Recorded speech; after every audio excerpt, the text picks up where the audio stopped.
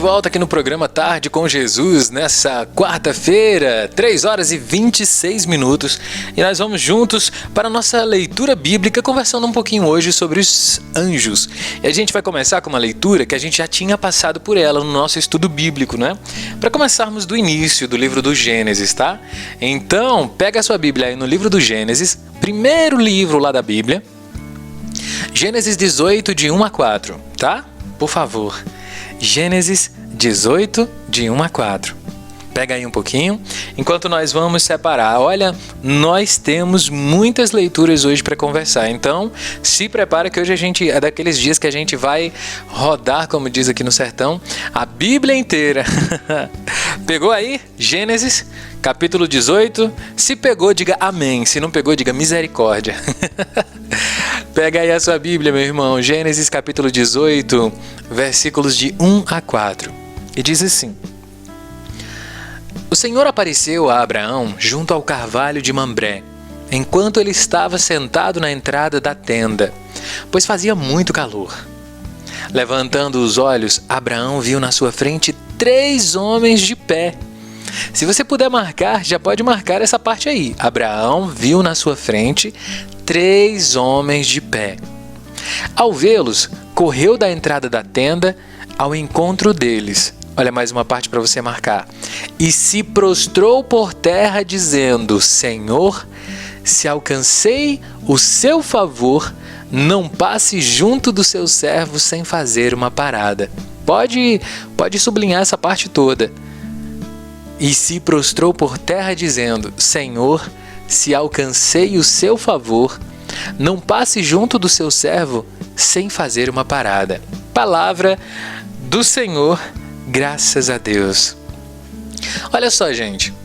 Aqui nós vimos aí que 3 homens visitaram Abraão. Até aí tudo bem.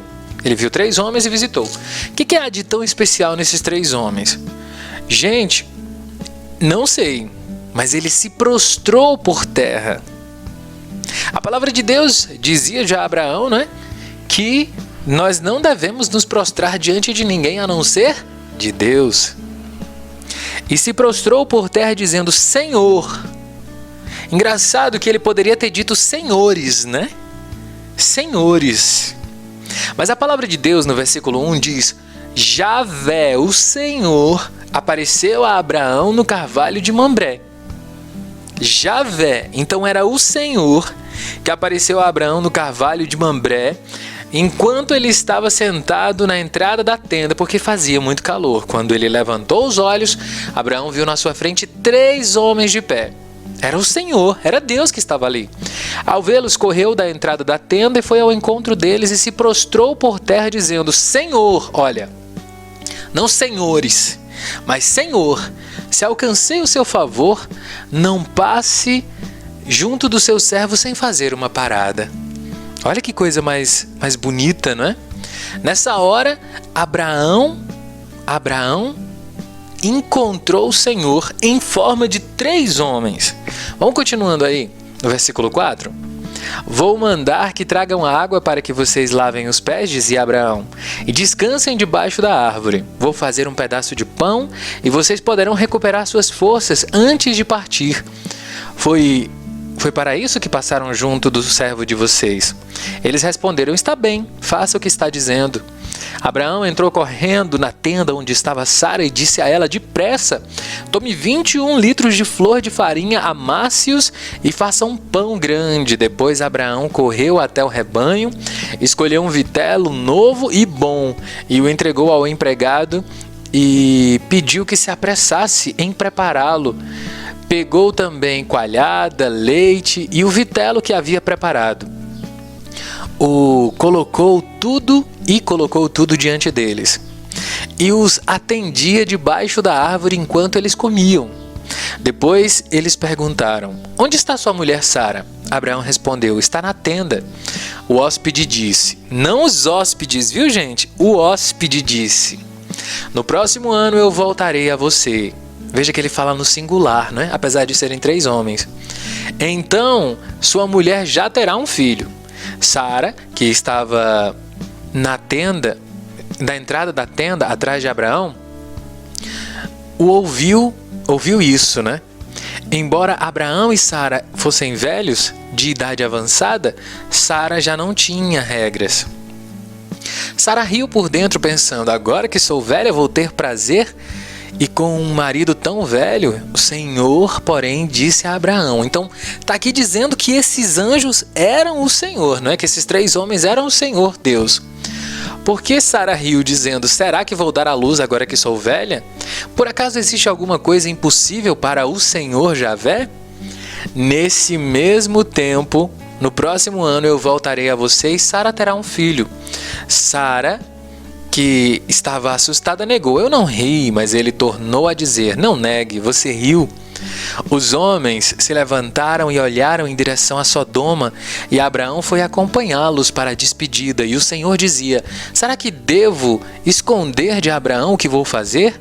Uma vez que Abraão se tornará uma nação grande e poderosa, e que através dele serão abençoadas todas as nações da terra, eu o escolhi para que ele instrua seus filhos, sua casa e seus sucessores, a fim de que se mantenha no caminho do Senhor, praticando a justiça e o direito. Desse modo, o Senhor realizará tudo o que prometeu a Abraão. Então o Senhor disse, o clamor contra Sodoma e Gomorra é muito grande, e o pecado deles é muito grave. Vou descer para ver se de fato as ações deles correspondem ou não ao clamor que subiu até mim contra eles. Então ficai sabendo. Palavra do Senhor, graças a Deus. Uma coisa que você precisa entender na Bíblia, que a gente vai ter dificuldade de entender, é que os anjos do Senhor, eles representam diretamente Deus. Então, no Antigo Testamento, eles falavam com o anjo como se estivessem falando diretamente com Deus. Entendeu? É por isso que diz que o Senhor apareceu a Abraão em forma de 3 homens. Na verdade, eram 3 anjos, né?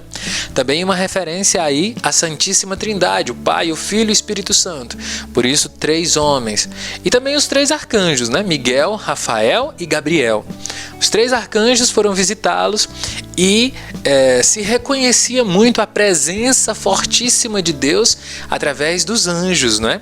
Quando você recebe uma cura, que é um anjo que vem lhe dar essa cura, mas é o próprio Deus quem lhe cura, não é? Quando você recebe uma revelação, um sonho, quando você recebe um milagre, não é? Quando você recebe uma inspiração divina, são os anjos que na verdade derramam isso sobre você. Mas nós sentimos tão forte como se fosse a presença do próprio Deus, como se fosse não. De fato é a presença do próprio Deus, porque os anjos são manifestações da presença de Deus. Ali está de fato a presença de Deus. Era Deus que estava visitando Abraão. Mas é claro que não Deus totalmente, nem Deus literalmente. Deus, através dos seus anjos, estava visitando Abraão naquela hora. Não eram só homens, não é? Não eram só homens, não. Era o próprio Deus, ou seja, os anjos. Para provar isso que nós estamos conversando, vou te passar uma outra leitura aí. Mas antes eu queria falar uma coisa para você. Você percebeu que nessa leitura aí, eles 3 estavam indo para Sodoma e Gomorra, porque eram cidades de pecado. Eles estavam indo para lá para destruir, viu, gente? Sodoma e Gomorra. Chegando lá naquela cidade, o pecado daqueles homens eram tão grandes que quiseram estuprar esses 3 homens. Olha que blasfêmia grande contra Deus. Quiseram estuprá-los e Deus percebeu que realmente o clamor que gritavam contra Sodoma era verdadeiro. Era uma terra muito imoral, digamos assim, não é? Mas vamos à nossa próxima leitura falando sobre os anjos. Hoje, aqui nessa primeira leitura, nós já descobrimos que eles são a presença direta de Deus no meio de nós. Apesar de serem outros seres, mas são a presença direta de Deus no meio de nós. Também Gênesis 32, de 23 a 31. Pega aí, Gênesis 32, de 23 a 31. É mais uma outra leitura que nós já lemos aqui no nosso estudo bíblico, mas vale muito a pena, viu, gente? Muito a pena mesmo. Gênesis, se você não quiser pegar na Bíblia, anota, por favor, né? Gênesis 32, de 23 a 31. Olha o que diz. Nessa noite, Jacó se levantou, pegou suas 2 mulheres, suas 2 servas, seus 11 filhos e atravessou o val de Jacobe. Jacó os pegou e os fez atravessar a torrente com tudo o que possuía. E Jacó ficou sozinho. Um homem lutou com Jacó até se dissipar da aurora. Vendo que não conseguia dominá-lo, o homem tocou a coxa dele, de modo que o tendão da coxa de Jacó se deslocou enquanto lutava com ele. Só ele tocou, viu, gente? Tocou a coxa de Jacó e se deslocou enquanto lutava com ele. Então o homem disse: solte-me, pois a aurora está chegando. E Jacó disse: não soltarei enquanto você não me abençoar. Olha isso, gente. Não soltarei enquanto você não me abençoar. Então Jacó sabia que era um anjo. Então o homem disse... Aliás, o homem lhe perguntou, né? Qual é o seu nome? E ele respondeu: Jacó. O homem continuou: você já não se chamará Jacó, mas Israel, porque você lutou com Deus. Ele não estava lutando com o homem? Como agora lutou com Deus? Então sublinha essa parte aí, ó. Porque você lutou com Deus e com homens e venceu. Jacó lhe perguntou: diga-me o seu nome. Mas ele respondeu: por que você quer saber o meu nome? E aí mesmo o abençoou. Palavra do Senhor, graças a Deus. Olha aí, gente. Jacó estava lutando com um homem, mas a Bíblia também diz que ele queria a bênção desse homem, e também diz que este homem mudou o nome de Jacó. Mudou o nome de Jacó e a partir de então ele passou a se chamar Israel. Só em tocar a sua coxa ele conseguiu ferir Jacó, né? Tanto que ele ficou mancando. Na continuação da leitura diz isso. Se você perceber bem, no dia da morte de Jacó, quando ele teve seus filhos, eles tinham uma bênção e para abençoar ele pedia para colocar a mão embaixo da coxa, justamente aonde o anjo feriu, né? Pedia para os filhos colocarem a mão na coxa dele para poder ele dar a bênção da primogenitura, ou seja, quando ele morresse, aquele filho que recebesse aquela bênção, geralmente o filho mais velho, seria o dono de tudo. Em termos espirituais, herdaria a bênção de Abraão. E em termos materiais, seria o dono de tudo. Mas perceba aí que o anjo acaba sendo a representação direta de Deus, né?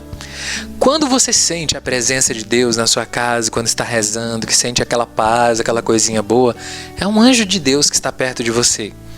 Mas nós sentimos a presença de Deus. Porque é uma ponte direta entre nós e Deus, os seus anjos, né? Eles conseguem nos elevar para junto de Deus e conseguem trazer Deus para junto de nós. Agora que nós saímos do Gênesis, vamos dar uma volta lá no final da Bíblia, no livro do Apocalipse. Apocalipse também é facinho de pegar, né? Pega lá a batalha no céu, Apocalipse 12, de 7 a 9. Apocalipse 12, de 7 a 9. Vamos conhecer um pouquinho mais sobre São Miguel Arcanjo na Bíblia. Pega aí. Apocalipse, capítulo 12, versículos de 7 a 9, a batalha no céu. E diz assim, se quiser sublinhar também, vale a pena sublinhar todo esse texto, viu, gente? Olha só, Apocalipse 12, de 7 a 9. Aconteceu então uma batalha no céu. No céu, Miguel e seus anjos guerrearam contra o dragão. O dragão batalhou juntamente com os seus anjos, mas foi derrotado. E no céu não houve mais lugar para eles. Esse dragão é a antiga serpente, também chamado de Diabo ou Satanás. É aquele que seduz os habitantes da terra. O dragão foi expulso para a terra e os anjos do dragão foram expulsos com ele. Olha aí na Bíblia falando sobre São Miguel, né? Sobre a batalha no céu. Quando Miguel expulsou o dragão do céu com a sua fidelidade a Deus. Ele decidiu ser fiel a Deus, né? Enquanto, diz a tradição da igreja, né? Porque isso não está totalmente na Bíblia, só tem alguns resquícios. Mas a tradição da igreja nos ensina que Lúcifer, lá no céu, era um dos anjos de confiança de Deus. Porém, e ele era responsável por manifestar a glória de Deus. Assim como cada anjo tem uma função, Lúcifer manifestava a glória de Deus. Quando Deus estava construindo a terra, Lúcifer achava que não ia servir como anjo a uma criatura inferior a ele, como o ser humano. Então, ele decidiu tomar o trono de Deus no céu e decidiu que ele seria o novo Deus e decidiu que todos os anjos deveriam servi-lo, porque ele era muito forte, não é? Então muitos anjos acabaram traindo a confiança de Deus e servindo ao Lúcifer, não é? Daí vem a palavra diabo, que significa divisão. Em todo lugar onde há divisão, tem um pezinho do diabo, pode procurar. Então veja, lá no céu aconteceu isso. Porém, Miguel foi o primeiro que se levantou e disse, ó, quem como Deus, que é o significado do seu nome. Quem como Deus, Miguel. Quem é como Deus? Você acha que você é igual a Deus? Você acha que você é Deus? Você não é Deus. Ninguém é como Deus. Deus é único. Deus é grande. Deus é forte. Deus é poderoso. Então, por conta disso, começou a se gerar uma batalha, né? Uma batalha no céu. Porque Miguel era o chefe de muitos anjos. E os seus anjos combateram junto, contra, na verdade, né? Os anjos do demônio, do Lúcifer, não é? E aí houve uma batalha no céu, aqui nós vemos em Apocalipse, o próprio Jesus diz, né? Jesus diz, deixa eu ver aqui a leitura para explicar para vocês e deixar bem clarinho, olha só. Lucas 10, 18, Jesus diz, vi Satanás cair do céu como um relâmpago. Vi Satanás cair do céu como um relâmpago. São trechinhos dessa batalha que tem na Bíblia, mas não tem explicando assim muita coisa. Até porque, né? Nenhum de nós estava lá presente no meio disso aí. E aí veja, eles se rebelaram, gente. Se rebelaram contra Deus e Miguel, com a autoridade de Deus, conseguiu expulsá-los do céu e eles caíram na terra. Não é interessante essa história da batalha? E daí é que Miguel começa a ser um dos anjos da grande confiança de Deus. Ele representa a força de Deus, o Deus guerreiro, o Deus batalhador. Não que Miguel seja Deus, pelo amor de Deus, gente. Mas que Miguel representa a força de Deus, né? Vamos falar um pouquinho mais sobre Miguel? Pega a sua Bíblia aí, em outra leitura, Daniel 10, de 1 a 14. Daniel 10, de 1 a 14. Vê se você acha aí.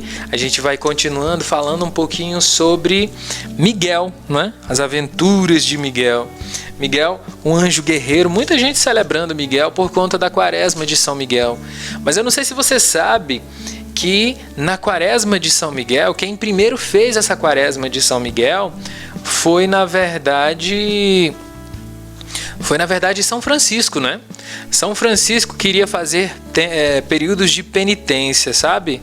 Queria fazer período de penitência, mas achava muito longos os períodos de penitência litúrgicos da igreja, que eram só na quaresma normal e na quaresma e no advento, né? Eram períodos que a igreja geralmente recomenda a penitência.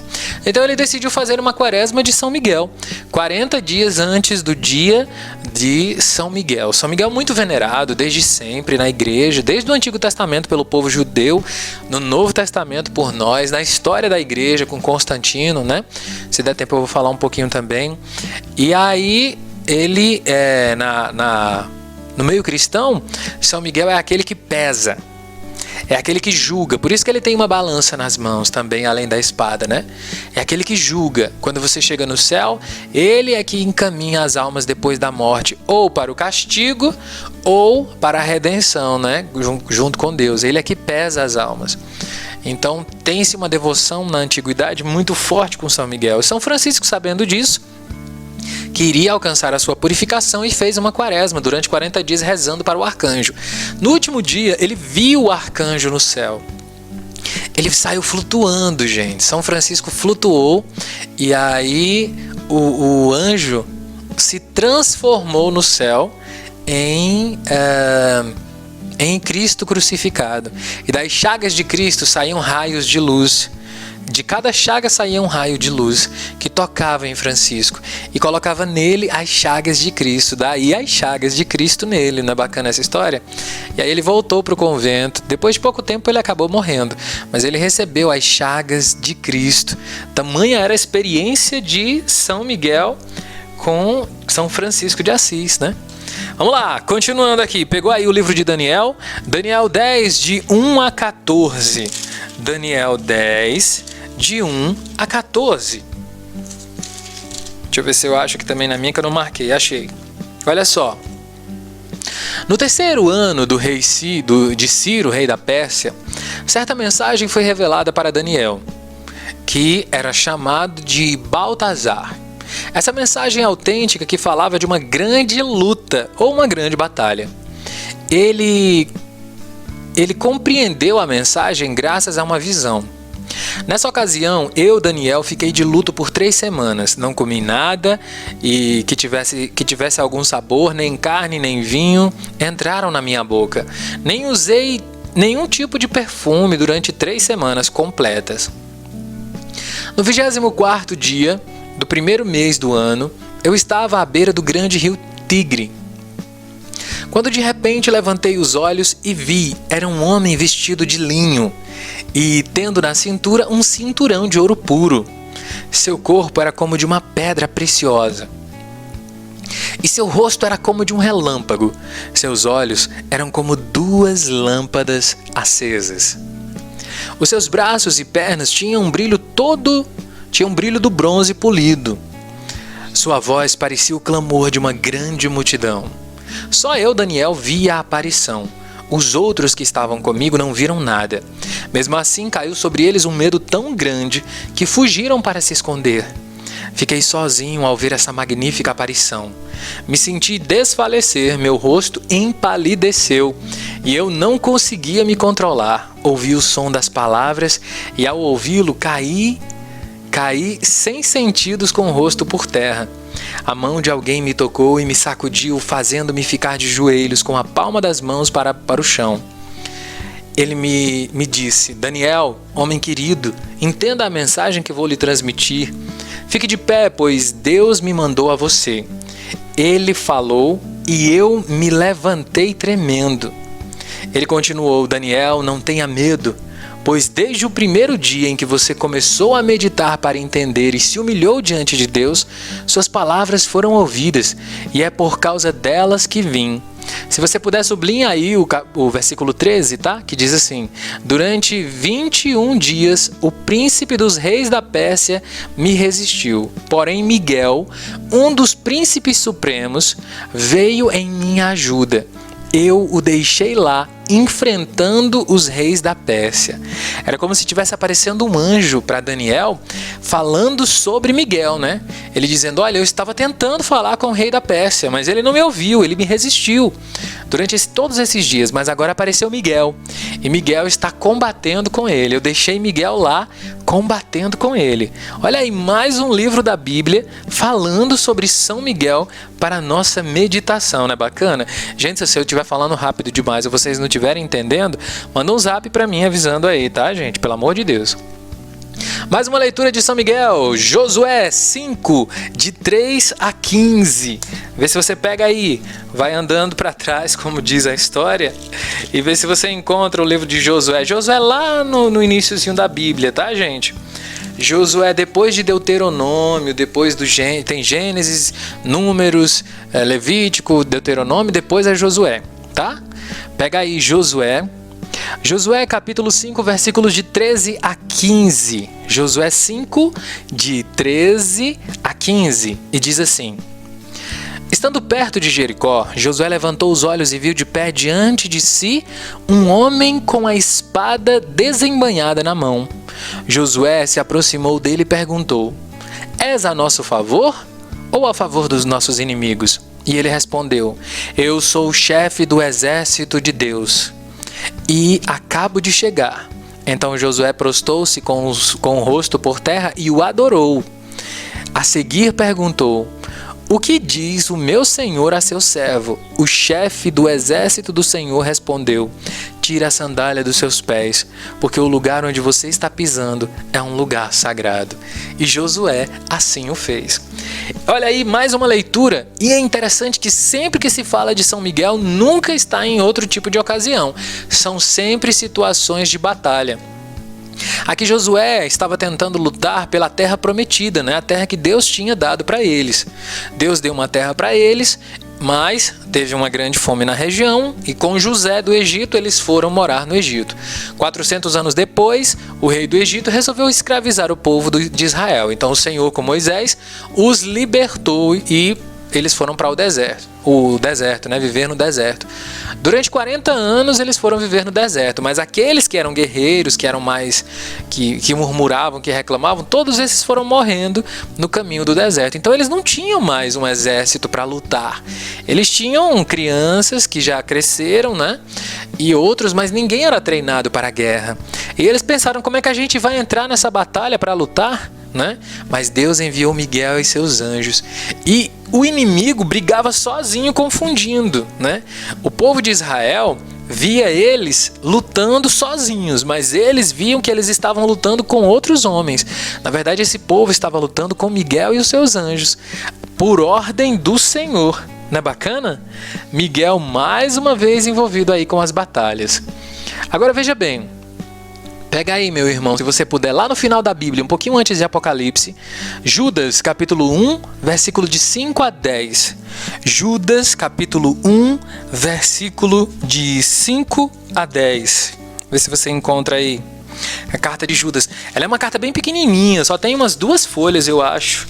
Isso mesmo, só tem umas 2 folhas, é só uma carta pequenininha, então talvez você tenha dificuldade de encontrar. Mas ela aí, ó, antes do Apocalipse. Acho que é a última carta antes do Apocalipse. Volta no Apocalipse que você encontra a carta de Judas. E ela diz o seguinte, Judas, capítulo 1, de 5 a 10. Olha o que diz. A vocês que já conhecem definitivamente todas essas coisas, quero lembrar-lhes que o Senhor, depois de ter salvo o povo da terra do Egito, olha aí, daqui a importância de entender bem o Antigo Testamento, para entender a história, né? Destruiu em seguida aqueles que não queriam acreditar. Quero lembrar-lhes também que os anjos que não conservavam a sua dignidade, mas abandonaram a própria moradia, o Senhor os mantém presos eternamente nas trevas, para o julgamento do grande dia. De igual modo, Sodoma e Gomorra, as cidades vizinhas que igualmente se entregaram à libertinagem e correram atrás dos seus vícios contra a natureza humana, eles servem de exemplo, sofrendo as penas de um fogo eterno. O mesmo acontece com esses indivíduos, levados por seus devaneios, contaminam, aliás, o próprio corpo, desprezando o senhorio de Cristo e insultando os seres gloriosos, os anjos.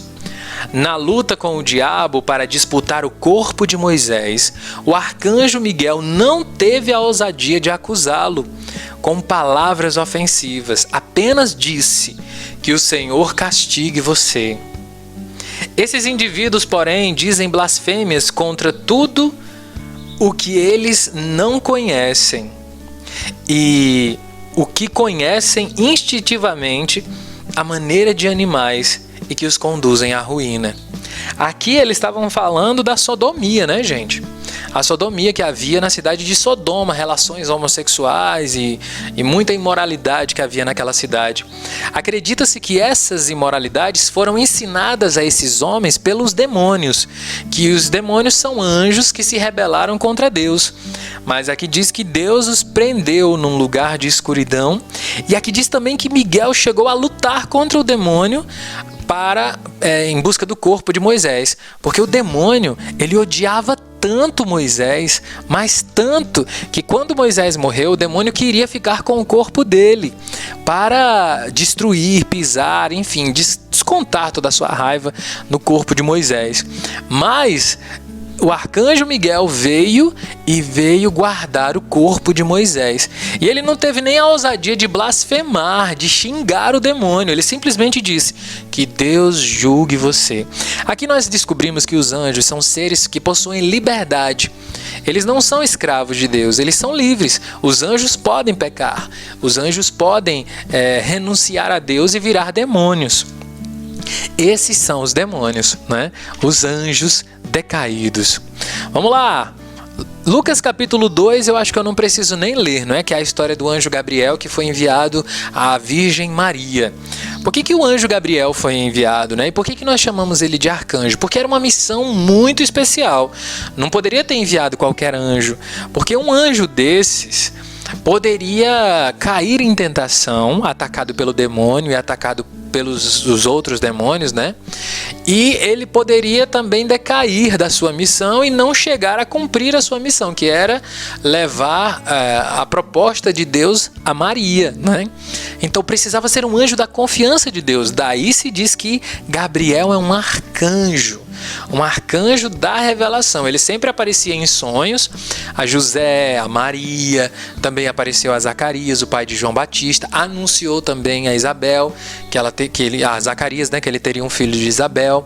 Então era um anjo da confiança de Deus. Ele só ia em missões muito importantes para a história da salvação. Deus não poderia confiar essa mensagem a qualquer anjo. Então confiou ao arcanjo Miguel. Vamos falar um pouquinho de Rafael, né? Pra gente não esquecer. Você já conhece muito Miguel, já conhece o anjo Gabriel lá nos evangelhos, mas a gente fala pouco sobre Rafael, né? Então pega aí Tobias, capítulo 12. Vamos ver se dá tempo. Tobias, capítulo 12. Deixa eu ver aqui os versículos. Tobias é o capítulo 12 inteiro, viu, gente? E essa leitura de Tobias tem um negócio muito especial nela, viu? Vale a pena a gente ler. Vamos lá. Tobias capítulo 12, o capítulo todo. Terminada a festa do casamento, Tobite chamou seu filho Tobias e lhe disse: Filho, está na hora de você pagar a esse homem que te acompanhou e dar-lhe também alguma gratificação. Tobias respondeu: Pai, quanto devo dar a ele? Mesmo que eu dê a ele a metade dos meus bens que trago comigo, não me faria falta. Ele me conduziu são e salvo, libertou a minha mulher, resgatou o dinheiro e ainda curou o Senhor. O pai de Tobias era um homem, Tobite, né? Era um homem muito que gostava muito de fazer caridade com os pobres e etc. E aconteceu uma provação muito grande com ele. Os passarinhos fizeram cocô nos olhos dele e aí ele ficou cego. E Tobias foi casar com uma mulher que também era atormentada por um espírito mau. Ela já tinha matado 7 maridos. Todos os homens que casavam com ela no dia da noite de núpcias morriam. Todos os homens amanheciam mortos. Então ela tinha uma maldição sobre ela. Com a bênção desse homem, ela conseguiu ficar curada. O pai dele conseguiu ficar curado e ele também conduziu Tobias são e salvo, né? Aí ele diz: como é que eu vou lhe pagar? Tobite disse: filho, ele bem merece metade de tudo que você trouxe. Então Tobias o chamou e disse: como pagamento, pegue metade de tudo que você trouxe e vá em paz. Mas ele chamou os dois à parte e disse: bendigam a Deus e proclamem diante de todos os seres vivos os benefícios que ele concedeu a você. Bendigam e cantem o seu nome, anunciem a todos os homens como convém as obras de Deus, e não se cansem de lhe agradecer. É bom manter oculto o segredo do rei, mas é necessário revelar e manifestar as obras de Deus. Pratiquem o bem e não lhes acontecerá nenhuma desgraça. Vale mais a oração com jejum e a esmola com justiça do que a riqueza adquirida com injustiça. E é melhor praticar a esmola do que acumular o ouro. A esmola livra da morte e purifica de todo pecado. Olha que bonito, gente. A esmola livra da morte e purifica de todo pecado. Quem pratica a esmola terá vida longa. Isso Rafael que disse. Os pecadores injustos são inimigos de si próprios. Vou revelar-lhes toda a verdade sem ocultar nada. Já lhes expliquei que é bom manter oculto o segredo do rei, mas das obras de Deus devem ser proclamadas publicamente. Quando você e Sara rezavam, era eu quem apresentava o memorial da súplica de vocês diante do Senhor glorioso. Olha aí. A mesma coisa eu fazia quando você sepultava os mortos, quando você não teve dúvidas em deixar o almoço para ir esconder o morto. Eu fui chamado para provar a sua fé. Da mesma forma, fui mandado para curar você e a sua nora Sara. Eu sou Rafael, um dos 7 anjos que estão sempre prontos para estar na presença do Senhor glorioso. Pode sublinhar isso aí, viu, gente? Versículo 15 do capítulo 12. Eu sou Rafael, um dos 7 anjos que estão sempre prontos para entrar na presença de Deus. Então a gente viu aqui com Rafael que existem sempre 7 anjos da confiança de Deus que estão sempre prontos para servi-lo, não é? 7 arcanjos. Os 2 ficaram assustados e caíram com o rosto por terra cheio de medo. Rafael, porém, lhes disse: não tenha medo, que a paz esteja com vocês. Bendigam ao Senhor sempre. Se eu estive com você, não foi por vontade minha, mas de Deus. É a Ele que vocês devem sempre bendizer com hinos. Vocês pensavam que eu comia, mas era só aparência. Agora bendigam ao Senhor na terra e agradeçam a Deus. Volto para aquele que me enviou. Escrevam tudo o que lhes aconteceu.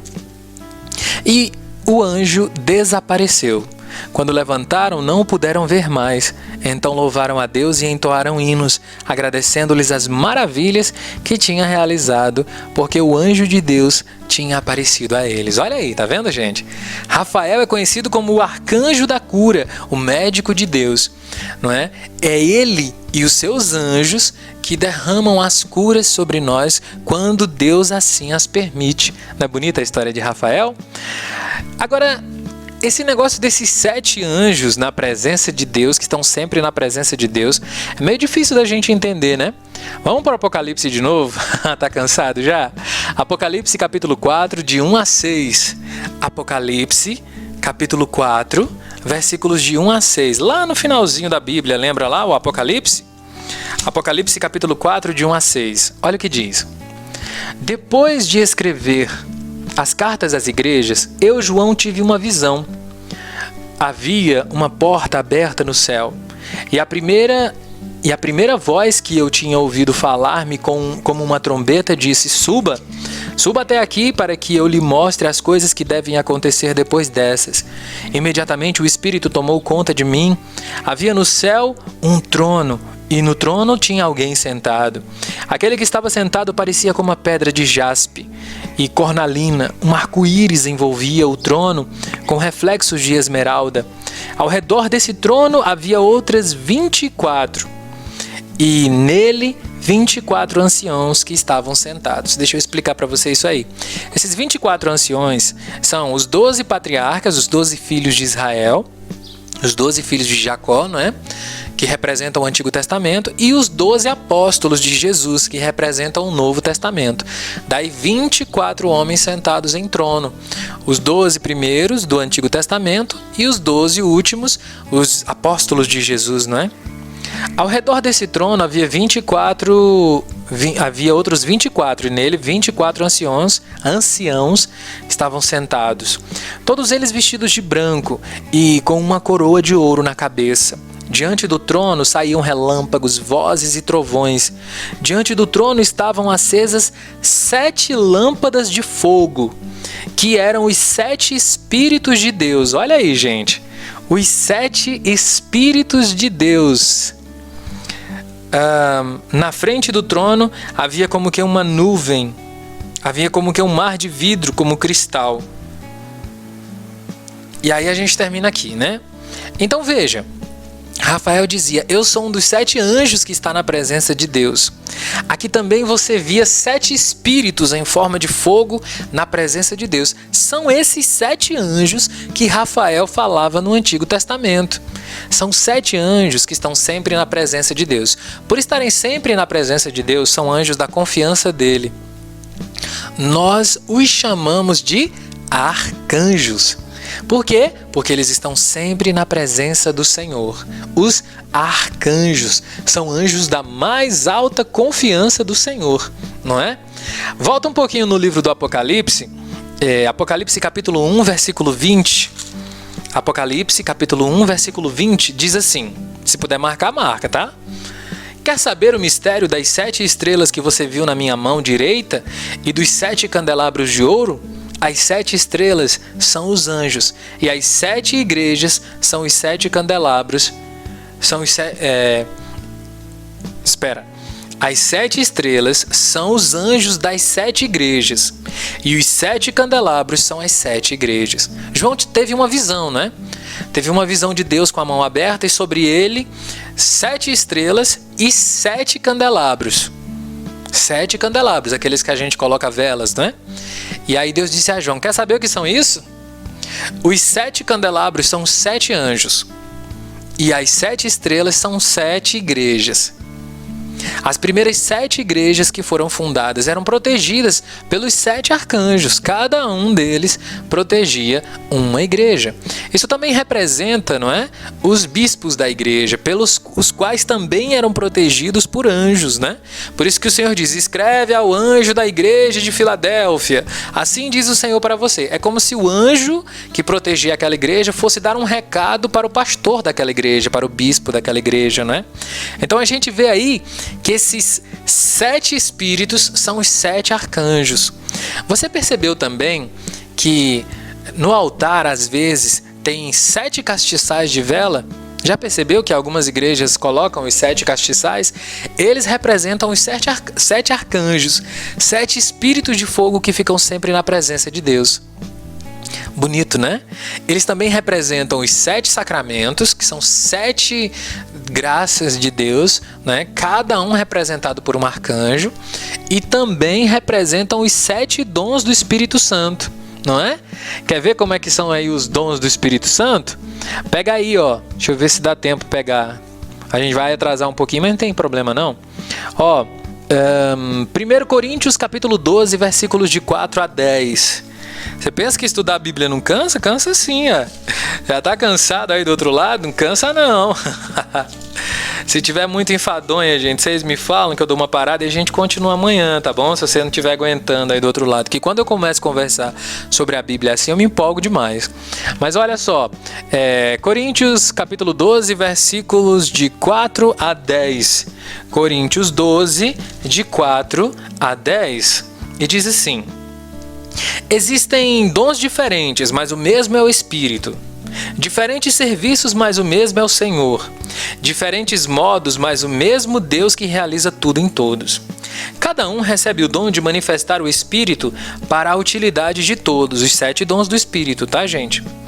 E a um é dado o dom da palavra de sabedoria, a outro da palavra de ciência, segundo o mesmo Espírito. A outro, o mesmo Espírito dá o dom da fé. No Antigo Testamento ele é chamado de dom da fortaleza, tá, gente? A outro ainda, o único e mesmo Espírito concede o dom de curas. Olha Rafael aqui. O dom de curas. A outro, o poder de fazer milagres. A outro, a profecia. Olha aqui, Gabriel, tá vendo? E a outro, o discernimento dos espíritos e o dom de falar em línguas. Mas um mesmo é o único Espírito. Então veja, o dom de fortaleza nos lembra muito Miguel. O dom de profecia nos lembra muito Gabriel, que vem anunciar, né, as profecias de Deus. O dom de cura e de milagres nos lembra muito Rafael. E os outros dons relembram para nós os outros arcanjos, que nós não conhecemos porque na Bíblia não fala sobre o nome deles. Mas diz que havia outros 7 anjos ou 7 espíritos que estão sempre na presença de Deus. Neles são inspirados os 7 sacramentos e também os 7 dons do Espírito Santo. Bacana, né? Isso, muita coisa para nossa cabeça. Será que você está dando conta de entender tudo isso? Vai falando comigo no WhatsApp aí, qualquer coisa, gente. Se tiver alguma dúvida, vai perguntando aí que eu vou respondendo aqui, tá bom? Vamos lá.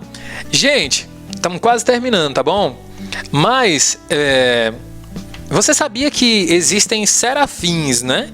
Qual que é a diferença dos serafins para esse restante de anjos? Os serafins. Onde que na Bíblia fala sobre os serafins? Pega aí no livro de Isaías, lá no meio da sua Bíblia. Livro de Isaías, os serafins.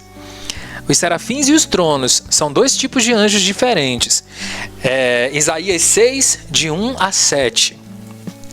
Isaías capítulo 6, versículos de 1 a 7. No ano que morreu o rei Osias, eu vi o Senhor sentado num trono alto e elevado. A barra do seu manto enchia o templo. De pé em cima dele estavam serafins, cada um com 6 asas. Olha a diferença dos serafins. Os anjos como Miguel e Rafael não aparecem com asas, mas os serafins sim, e até com 6 asas, viu gente? 6 asas. Com 2 cobriam o rosto, com 2 cobriam os pés, e com 2 voavam. Eles clamavam uns para os outros: Santo, Santo, Santo é o Senhor dos exércitos, e a sua glória enche toda a terra. Com o barulho das aclamações, os batentes das portas tremeram e o templo se encheu de fumaça. Então eu disse: ai de mim, estou perdido. Sou homem de lábios impuros e vivo no meio de um povo de lábios impuros. E os meus olhos viram o Rei, Senhor dos exércitos. Nesse momento, um dos serafins voou até onde eu estava, trazendo na mão uma brasa que havia tirado do altar com uma tenaz. Com a brasa, tocou-me os lábios e disse: veja, isto aqui tocou os seus lábios. Sua culpa foi removida, seu pecado foi perdoado. Ouvi então a voz do Senhor que dizia: quem é que eu vou enviar? Quem irá da nossa parte? Eu respondi: aqui estou, Senhor, envia-me. Bonito, né? Bonito a visão de Isaías. Essa visão dele vai se completando com as outras ordens dos anjos, né? Mas esses são anjos adoradores. Eles estão bem próximos de Deus, os serafins. Estão bem próximos de Deus e ficam sempre adorando a Deus. Quando estão na presença de Deus, eles cobrem o próprio rosto com as próprias asas para não olhar diretamente para o Senhor, tamanha a sua glória. Mas eles cantam a Deus. Os serafins são anjos da mais alta magnitude que louvam a Deus. Já imaginou que visão espetacular você chegar a encontrar anjos assim? Em algumas igrejas antigas existem pinturas dessa leitura, com anjos que têm tantas asas que só dá para ver a cabecinha deles, não dá para ver mais nada, né? Então, bacana os serafins, né? Eu até nem lembrava mais dessa leitura dos serafins, mas estudando hoje pela manhã acabei encontrando elas de novo para partilhar com vocês. Lá na frente, se você quiser ler depois Isaías 6, ele vai explicar sobre outros anjos, né? Anjos que voavam entre si em bandos tão rápidos uns com os outros que pareciam círculos com asas. Esses aí são chamados de tronos. Também são anjos da presença do Senhor, mas são inferiores aos serafins, não é? Imagina Deus com tantos anjos assim ao redor de si mesmo. Vamos conhecer outro tipo de anjos? Os querubins, não é? Os querubins, a gente escuta sempre falar sobre os querubins. Na Renascença, os querubins foram pintados como anjos, para representar como meninos, né? Meninos gordinhos, branquinhos, de cabelinhos encaracolados, como a gente costuma imaginar, não é? Os querubins, menininhos pelados voando, mas eles não são assim não, viu gente? Essa pintura foi feita para retratar e enfatizar a pureza dos querubins. A pureza. Mas vai lá, a gente passou por essa leitura um dia desse também, tá, gente? Então pega aí o livro do Êxodo, capítulo 25, onde fala da Arca da Aliança, que lá Deus mandou desenhar os querubins. Êxodo 25, versículo 17 a 24. Faça também uma placa de ouro puro com 125 centímetros de comprimento por 75 de largura. Nas duas extremidades da placa, faça 2 querubins de ouro batido. Cada um sairá de uma extremidade da placa e a cobrirão com as suas asas estendidas para cima. estarão um diante do outro, olhando para o centro da placa. Cubra a placa e dentro guarde o documento da aliança. Então, como é que Moisés desenhou isso? Desenhou dois seres em formas de homens, mais pequenos, dois seres em forma de homens, ajoelhados um de frente para o outro, com as suas asas que cobriam toda a extremidade da placa, as asas apontando para frente. Exatamente como Isaías descreveu na visão que ele teve do trono de Deus no céu, não é? E dali, do meio daquela placa, Deus vinha falar com eles. Daí essa ideia de que anjos têm asas. Isaías, anjos têm asas. Como é que diz? Êxodo, anjos têm asas também. E foi o próprio Deus que pediu para colocar asas nessas imagens de anjos. Olha que bacana, não é, gente? Vamos lá. Gênesis 3, de 22 a 24. Mas no Gênesis tem também, claro. Gênesis capítulo 3, de 22 a 24. Depois que aconteceu aquela história deles comerem aí o fruto proibido, quando foram expulsos. A partir do versículo 22. E diz assim: depois o Senhor disse: o homem se tornou como um de nós. Engraçado que ele podia dizer assim: ele se tornou como eu. Mas não, ele diz como um de nós, para ver que Deus é um nós, né? Deus é a Santíssima Trindade, o Pai, o Filho e o Espírito Santo. Não é uma pessoa só, é um Deus só, mas são três pessoas diferentes. O homem se tornou como um de nós, conhecedor do bem e do mal. Que ele agora não estenda a mão e colha também a árvore da vida e coma e viva para sempre. Então o Senhor Deus expulsou o homem do jardim do Éden para cultivar o solo onde fora tirado. Ele expulsou o homem e colocou diante do jardim do Éden os querubins e a espada flamejante. Aqui na minha Bíblia está dizendo chamejante, né? Para guardar o caminho da árvore da vida. Isso aqui, essa espada flamejante significa uma espada de fogo, não é?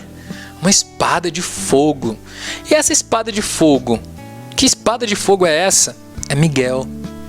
Miguel é a espada de fogo. Em outras leituras a gente via, né? Miguel sempre com a espada na mão, Miguel sempre combatendo. E quando ele combatia, ele tinha aí a sua espada de fogo, né? Ele estava guardando, junto com os querubins, a árvore da vida, para que o homem não a encontrasse. Estava guardando a árvore da vida. Eles estavam à porta do jardim do Éden, mas o objetivo não era guardar o jardim, mas era guardar a árvore da vida. Então, a diferença entre querubins e serafins é que os querubins, eles são anjos de guarda, entendeu? Eles guardavam ali a Arca da Aliança. Veja que quem tocava na Arca da Aliança virava pedra de sal, né? Milagrosamente. Aconteceu muitos milagres toda vez que alguém queria sequer tocar na Arca da Aliança. Aconteceu muitos e muitos milagres. Então veja, os querubins, eles tinham esse poder de defender as coisas de Deus. Eles defendem a honra de Deus, os querubins. Na igreja tem querubins que defendem as coisas de Deus. Na Arca da Aliança, eles estavam lá para proteger o documento da aliança, assim como protegem o nosso sacrário hoje. Também, gente, eles protegiam ali a entrada do jardim do Éden, para proteger a árvore da vida, que hoje nós sabemos que é Jesus, a árvore da vida, não é? Quem come deste fruto viverá para sempre. Então, aqui nós percebemos, serafins são anjos adoradores, querubins são anjos de guarda, são anjos de proteção, são os guardas de Deus, né? Miguel é o chefe do exército de Deus, Rafael é aquele da cura, é aquele anjo, todos são arcanjos, né? Miguel, Rafael e Gabriel, mas Miguel é mais para batalhas, Rafael e especialmente batalhas contra o demônio, viu, Miguel? Rafael é mais sobre a cura e Gabriel é mais sobre anúncios e revelações através de sonhos e de outras coisas. Cada um deles tem sobre si uma legião de anjos que os ajudam em suas missões, mas nas missões mais especiais é diretamente esses anjos que nos cuidam. Uma coisa que não está na Bíblia, gente, mas está na história e na história da igreja, e eu não posso deixar vocês saírem daqui sem falar sobre isso com vocês, é sobre a história de Miguel com o reino romano, né? Vocês sabem que Roma perseguiu a igreja durante muitos anos. Roma matou muitos dos nossos santos, Santa Luzia, São Sebastião, Santo Expedito, todos aqueles santos que têm aquele manto vermelho foram mortos com seu sangue derramado por perseguição de Roma, né? Pedro, Paulo e tantos outros morreram assim. Santa Perpétua, Santa Felicidade, Santa Filomena morreram no Círculo de Nero, que era aquele lugar onde eles faziam os jogos romanos. Eles colocavam lá gladiadores, vacas, touros, leões, etc., para judiarem dos cristãos até destruírem. Era assim que os romanos combatiam, mas quanto mais faziam isso, mais eles cresciam. E isso demorou muito, esse sofrimento e essa perseguição.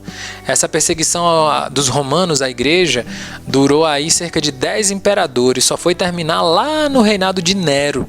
Nero chegou a tocar fogo em Roma e dizendo que tinha sido os cristãos para arrumar motivo para persegui-los. Um dos últimos imperadores de Roma foi Constantino, né? Constantino foi um dos últimos imperadores de Roma. Não foi o último, mas foi um dos últimos. A mãe de Constantino já tinha se convertido para o cristianismo e rezava pela conversão dele a Jesus. Pedia muito pela conversão dele. E quanto mais o tempo passava, mais os inimigos destruíam Roma. Eles tiveram até que sair da cidade de Roma. E olha que Roma, ela tinha conquistado ali, gente, a Europa toda e até ali a região de Jerusalém. Tudo aquilo era território romano. Roma, que fica hoje ali na Itália, a capital, né? E tudo aquilo foi destruído pelos inimigos. Eles tiveram que fugir e morar num lugar chamado Constantinopla, né? Ou também Bizâncio. Eram dois nomes dessa mesma cidade, conhecida como Bizâncio, mas era Constantinopla. Lá, eles fugindo dos inimigos, numa batalha, e Constantino teve a visão de um grande anjo no céu.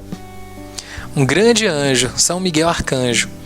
E aí, ele disse assim: com este sinal, tu vencerás todas as tuas batalhas. E que sinal era esse? Apareceu no céu a cruz de Cristo em forma de nuvens. A cruz de Cristo. Então, Constantino começou a mandar colocar a cruz nas roupas, nos estandartes dos soldados, nos escudos, e de fato ele venceu a batalha. Ele venceu a batalha. Só se batizou quando morreu, mas ainda se segurou para não se batizar. Depois, Décio, um outro imperador de Roma, acabou formalizando e obrigando todo mundo a ser cristão, né? A religião acabou que virou a religião do império, a religião oficial, virou o catolicismo, né? O catolicismo virou a religião oficial do Império Romano. E aí nós sabemos que do Império Romano, com as divisões, foram surgindo os países que hoje nós conhecemos. Itália, França, Alemanha, Portugal e Espanha. Todos esses reinos foram divididos do reino romano quando ele se enfraqueceu. Mas todos eles herdaram aí a herança católica, né? A herança católica. Os povos que invadiram esses locais, onde já não havia mais romanos, porque eles mataram e destruíram tudo, se converteram para a igreja. E aí viraram católicos também. E todo mundo virou católico na Europa. E a gente sabe que esse pessoal foi quem descobriu aqui, quem invadiu as Américas, os Estados Unidos não, mas o México, os países de língua espanhola e aqui nós com o Brasil. E nós herdamos essa religiosidade desse pessoal aí. Olha aí, um mini curso de história da igreja para vocês. Os Estados Unidos é diferente. Os Estados Unidos, Inglaterra, o rei teve uma discussão com o Papa, porque queria casar com outra mulher e não podia, porque já era casado na igreja. Então ele renunciou à igreja e fundou outra igreja, uma igreja protestante foi a primeira igreja protestante, na verdade, antes de Lutero, chamada Igreja Anglicana, que ainda hoje existe. Então eles têm padres, mas os padres casam. Enfim, é bem parecido, mas também muito diferente da nossa. Eles são um tipo de igreja protestante. E lá também eles aceitavam outros tipos de igreja, até porque eles eram outro tipo de igreja. Então quando vieram e descobriram os Estados Unidos e colonizaram os Estados Unidos, eles trouxeram essa forma de religião mais aberta a todas as religiões, diferente de nós, todos aqui da América Latina, que somos cristãos católicos, né? Muita coisa no dia só. Será que tá dando para você entender tudo isso aí, hein? Vamos lá.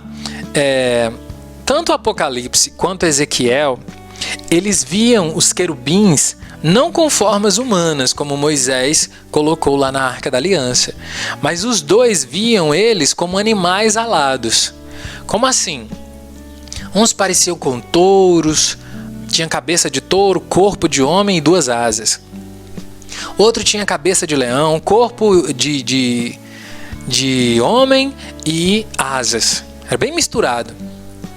O outro parecia com homem, mas também tinha asas. E o outro parecia aí com uma águia.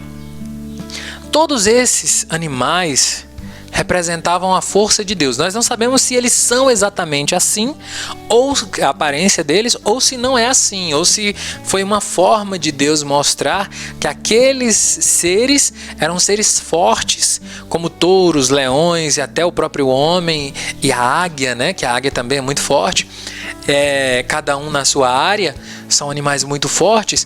Eles eram protetores das coisas de Deus, então representava a força, mas tanto Ezequiel teve essa mesma visão, quanto João no Apocalipse também viu os querubins dessa forma, não como criancinhas, mas como esses animais. Só na Renascença que eles foram modificados, né? Temos aí, mas hoje nós sabemos que eles representam os 4 evangelhos, né? Mateus, Marcos, Lucas e João. João representa a águia, porque no início do Evangelho de João está escrito, né, como se João estivesse voando, entrando no céu. Está escrito, né, no princípio era o verbo e o verbo era Deus. É uma coisa bem como se estivesse fora da terra, a experiência de João. Então João representa essa águia no Evangelho. Às vezes na igreja, tanto nos ambãos, nas pinturas e também nas estolas dos padres, você vê esses 4 animais: o touro, o leão, a águia e o homem. A águia representa, como eu falei, o Evangelho de João, que é aquele que voa, né?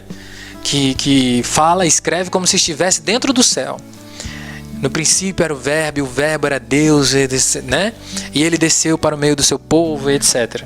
E o verbo se fez carne. Já o Evangelho de Lucas começa com o touro. Começa com o sacrifício do touro, quando o pai de João Batista estava entrando no templo para fazer um sacrifício de um touro.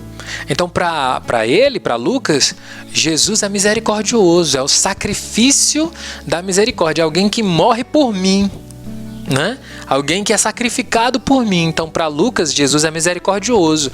Para João, Jesus é santo, sabe, é do céu.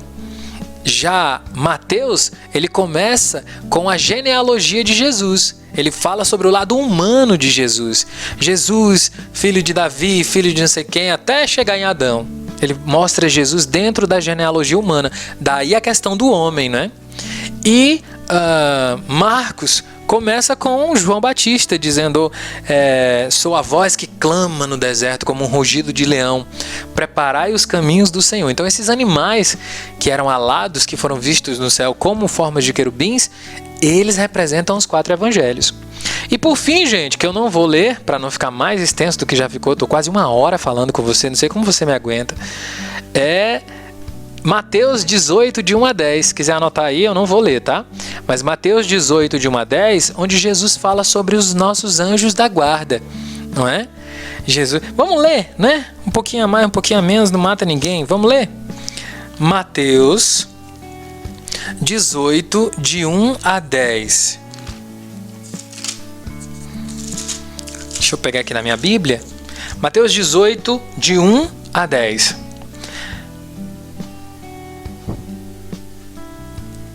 Vou começar do versículo 6, tá? Para ficar mais curto.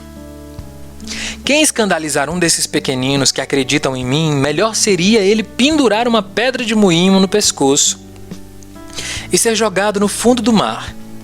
Ai do mundo por causa dos escândalos. É inevitável que aconteçam escândalos, mas ai do homem que causa escândalo. Se a sua mão ou o seu pé é ocasião de escândalo para você, corte-o e jogue para longe de você. É melhor para você entrar na vida eterna sem uma das mãos do que com os 2 pés ser lançado no fogo do inferno. Aí o versículo 10 diz assim: cuidado para não desprezar nenhum desses pequeninos, pois eu digo a vocês, os anjos deles no céu estão sempre na presença do meu Pai que está no céu. O Filho do Homem veio para salvar o que estava perdido. Então aqui nós vimos nesse versículo 10 que cada um de nós tem um anjo que nós chamamos carinhosamente de anjo da guarda. Os anjos deles estão sempre na presença do meu Pai. Então, quando a gente faz o mal para alguém, o anjo da guarda dessa pessoa, o responsável diante de Deus pela salvação dessa pessoa, vai fazer queixas ao Senhor. Olha, fulano está fazendo isso e está judiando, né, do nosso protegido. E aí, meu irmão, você vai se ver com a ira de Deus. Pode até ser que o anjo da guarda dessa outra pessoa receba a autorização de Deus para que você seja castigado. Por isso é que Jesus está dizendo, cuidado, porque os anjos desses homens, desses irmãos, estão sempre diante de mim no céu.